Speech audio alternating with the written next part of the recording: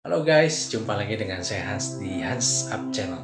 Oke guys, kalau misalnya kita di isu yang sekarang-sekarang ini, kita kan lagi rame yang namanya tuh konversi dari yang namanya kompor gas jadi kompor listrik ya.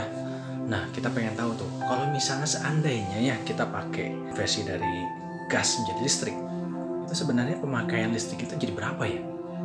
Nah, kalau misalnya kalian semua yang penasaran, pantengin aja di channel ini ya, oke? Channel kesayangan kita. Tapi kalau misalnya kali ini saya mau pakai contohnya motor listrik. Nah, kalau misalnya buat yang kita sekalian kan, kalau misalnya pemakaian kompor kan kita masih rada sulit gitu ya. Tapi kalau misalnya untuk yang terkait motor gitu kan udah banyak yang pakai transportasi kemana-mana.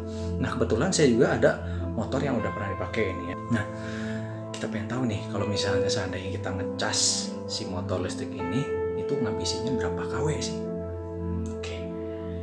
Nah, kita langsung buktiin aja ya. Kalau misalnya secara listrik ini saya pakainya 1300. Nanti kita lihat sama-sama bareng ya. Kita lihat kondisi awalnya. Pokoknya langsung pantengin aja ya buat nanti sampai kita tahu berapa pemakaian listrik untuk kita ngecas. Yang pasti kalau misalnya pemakaian listrik untuk motor kan cuman ngecasnya doang. Tapi kalau misalnya yang terhitung biayanya dari segi untuk motor yang biasa yang pakai bensin itu bisa macam-macam. Bisa dari nanti servisnya ya, itu kan servis macam-macam pakai oli dan lain-lain. Tapi kalau misalnya untuk yang listrik kan itu nggak pakai yang namanya oli dan lain-lain ya. Nah, kita mau compare tuh kalau misalnya pemakaian listriknya itu berapa, buat kalian juga bisa nentuin kira-kira apakah kalian akan memutuskan untuk pakai motor listrik atau tetap pakai motor yang sekarang alias yang pakai bensin. Oke, langsung pantengin aja yuk. Pakai yang CL alias pakai yang 6 ya, 6 ampere.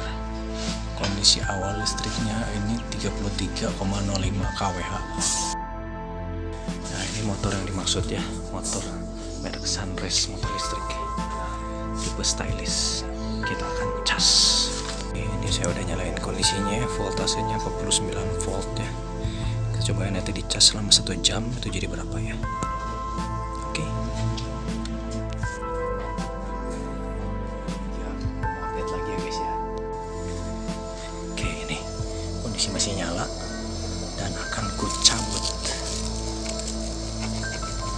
Oke, saya cabut ya.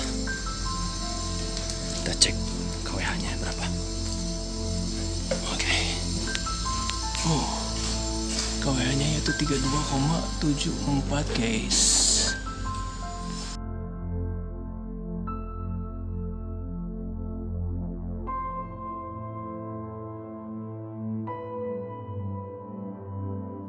Kita ambil contohnya jam 5 ya guys ya. Kita pengen cek pemakaian listrik di jam 5 sampai jam 6. Oke.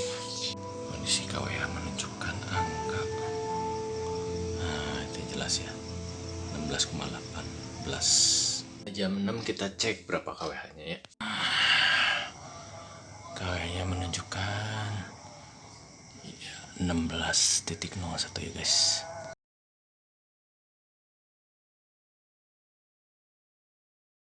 Oke guys, sekarang kita masuk ke dalam analisanya ya guys ya.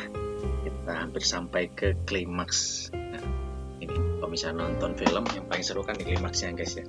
Jadi semua tadi kan kita udah cobain tuh ngelihat mengenai berapa KWH-nya, terus waktunya kita ngambilnya di mana aja, di jam berapa aja, sebenarnya bebas ngambil waktunya di mana aja ya.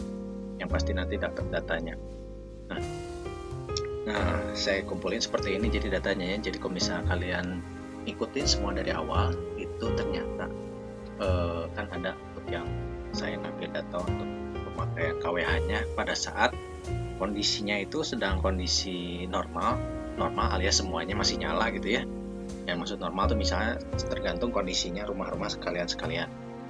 Misalnya anggapannya secara normalnya kalau sehari-hari itu kulkas misalnya nyala, terus misalnya apalagi yang misalnya nyala ya, kulkas misalnya TV nyala terus gitu ya, misalnya terus lampu nyala berapa lampu, 5 lampu lah, misalnya ruang tengah atau ruang kamar mandi nyalain terus atau gimana kan.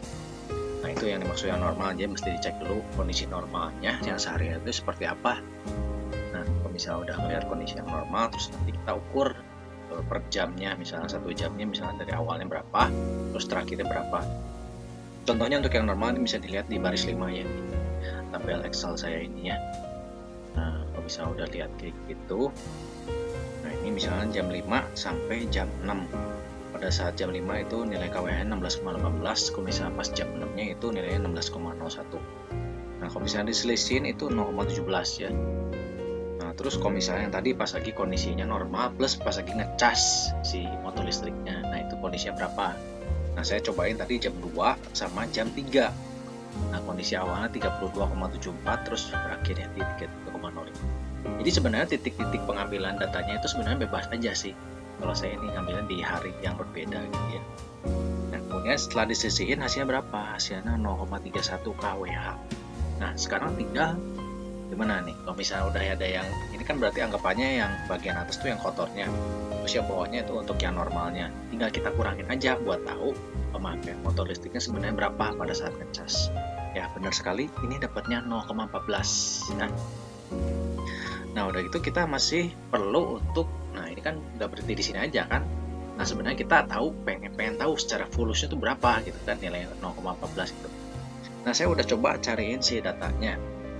Saya juga udah coba browsing ke si Sunrise ya. Kebetulan motor yang saya pakai ini motor listriknya adalah Sunrise. Nah, kalian bisa nanti coba aja buktiin, kalian browsing ke sana ya, ke www.sunrise.co.id fact. Nah, di situ kalian bisa cari-cari sebenarnya datanya, informasinya. Sebelum kalian membeli motor listrik, kalian perlu compare dulu. Kira-kira contohnya analisa saya misalnya, ternyata motor listrik itu setiap 2 minggu sekali itu harus dicas biar nanti si baterainya awet. Nah, itu ada di situ speknya gitu ya. Jadi si perusahaan Sunrise ini dia melakukan riset gitu ya. Ya pasti ada bagian R&D sendiri kan, dia melakukan riset terhadap motornya biar nanti awet itu gimana.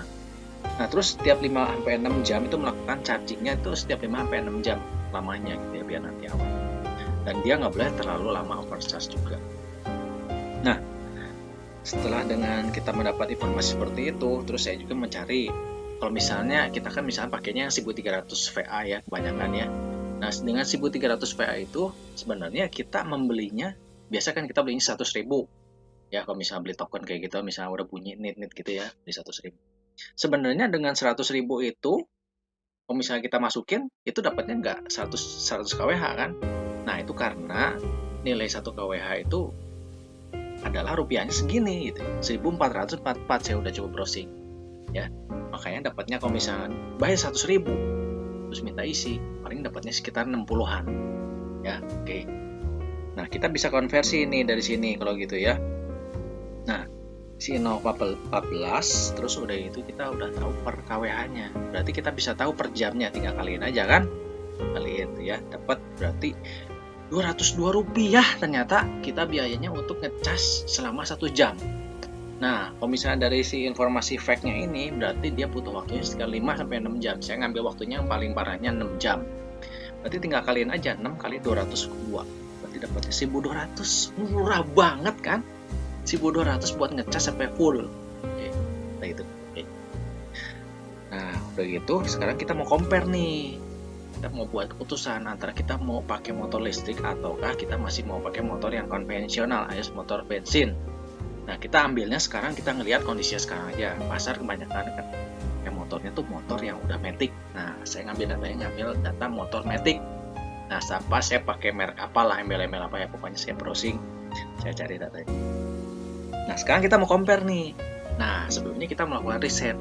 Kalau motor bensin itu ternyata dibandingkan dengan motor listrik itu lemahannya, ternyata motor bensin itu mesti banyak melakukan ini ya, banyak kayak servis ya, terus misalnya ganti olinya ada oli apa aja, oli matic ya, oli matic alias oli transmisi, terus ada oli si mesinnya gitu ya.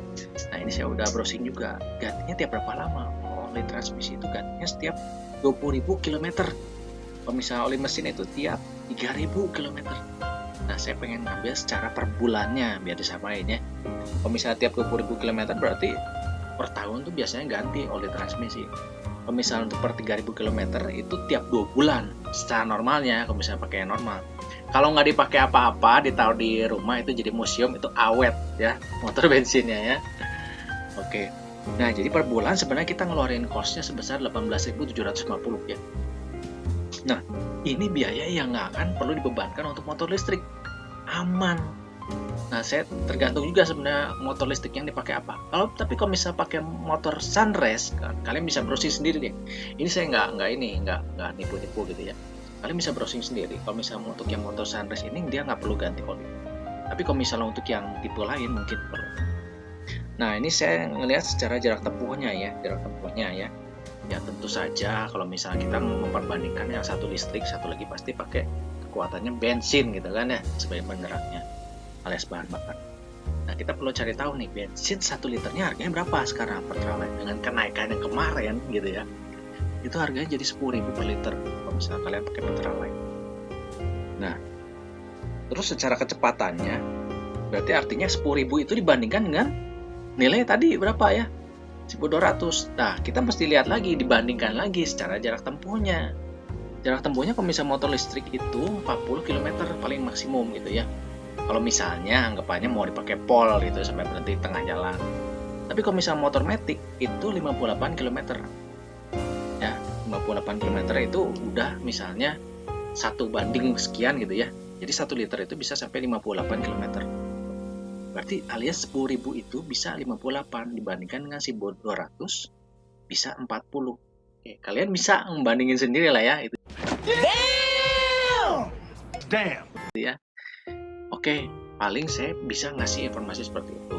Kalau misalnya terserah kalian, kalau misalnya antara akan memutuskan untuk memakai motor listrik ataukah pakai motor bensin. Oke, semoga analisa saya ini bisa membantu kalian untuk memutuskan baik pakai motor listrik atau bensin. Oke, sekian informasi dari saya. Moga-moga membantu kalian saya untuk memutuskan ya zaman yang serba sulit ini ya. Kalian mesti bisa berhemat dan melakukan analisa atau riset sebelum melakukan sesuatu. Oke.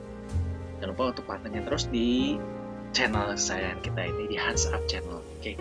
Jangan lupa untuk subscribe, like, dan komen untuk dapat informasi-informasi yang terbaru update terkait apapun juga ya. Oke. Goodbye.